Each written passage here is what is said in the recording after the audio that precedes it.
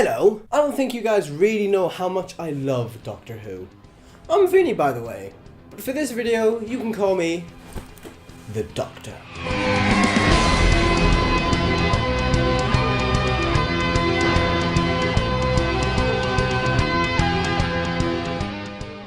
So in celebration of the 50th anniversary of Doctor Who, I have decided to list my favourite episodes, my top 10 episodes if you will. Top 10 videos are cool. It was really hard to choose my favourites because there are so many.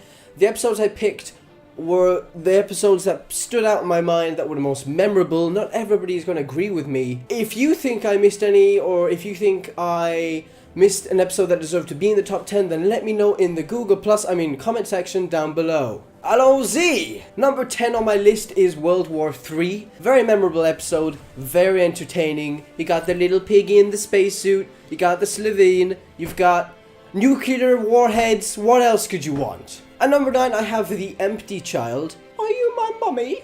This is the episode where we first encounter Jack Harkness, and is home to one of the most memorable Doctor Who, I guess you could say, villain, although they're not evil. But it's complicated. It's complicated, just like Doctor Who.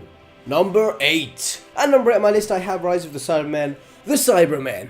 The Cybermen. You cannot have a Doctor Who top 10 list without the Cybermen. They are awesome. Cybermen are really cool. And they were scary. Okay? This episode is from like 2005 or 2006. Season 1 or 2. And damn! They scared the shit out of me. Delete. That voice will never leave my head. At number 7, I have The Rings of Akiton. Hopefully I didn't mispronounce that. The Rings of Akiton is from the latest series with Matt Smith, and the reason it's in my top 10 and that I really love this episode is, one, the music. The music is fantastic. The music in this episode is brilliant, and the acting of the little girl, not quite sure what her name is amazing. And also, the main reason I chose it was the Matt Smith speech when he's addressing the huge giant sun monster. It's some of Matt Smith's greatest acting in my opinion, and it's a really, really amazing scene, and I've rewatched it like 10 times. So yeah, The Rings of Akiton, number 7. Number 6, Doomsday. One of the greatest episodes in the history of Doctor Who. Of course, the famous episode that ends Rose's presence with the Doctor as a companion. Cybermen, Daleks, huge battles, and weapons and guns. Very emotional and just an alright amazing episode. You guys, all you hooligans out there, know the importance of this episode and how good it is. So that is why it is number 6. Number 5, The Waters of Mars. Waters of Mars stands out as one of my favourite episodes, one of the most memorable. It's a great episode. The Doctor lands on Mars, and it's a point in time that he believes cannot be changed and cannot be altered, or else he will change the entire history of the universe, so he's not going to do that. So he decides not to intervene and to leave all the people die, because that's what's supposed to happen. But he's like, fuck you, time, I make the rules. So he saves them, and the woman he saves is horrified, so she kills herself anyway because she knows that she's supposed to die. And it's a very emotional episode. You know, you finally see the Doctor to have a weakness. It was just really good. I really enjoyed that episode. Number 4, Blink. Of course, I'm sure many of you would put it at number 1, but this is my list. Don't blink. Blink and you're dead. Don't turn your back. Don't look away, and don't blink. Good luck. This is an amazing episode, and the Doctor isn't even in it for most of the time.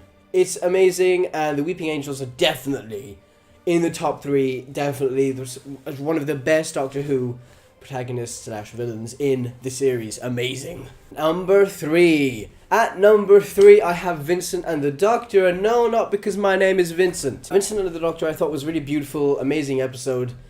But what really stood out in this episode was the ending, when they finally sort out Vincent van Gogh's troubles. Vincent van Gogh asks the Doctor a question: is my art remembered? Or something to that effect. So the Doctor takes Vincent van Gogh to the museum, Louvre, I think, in Paris. It's a museum in Paris anyway.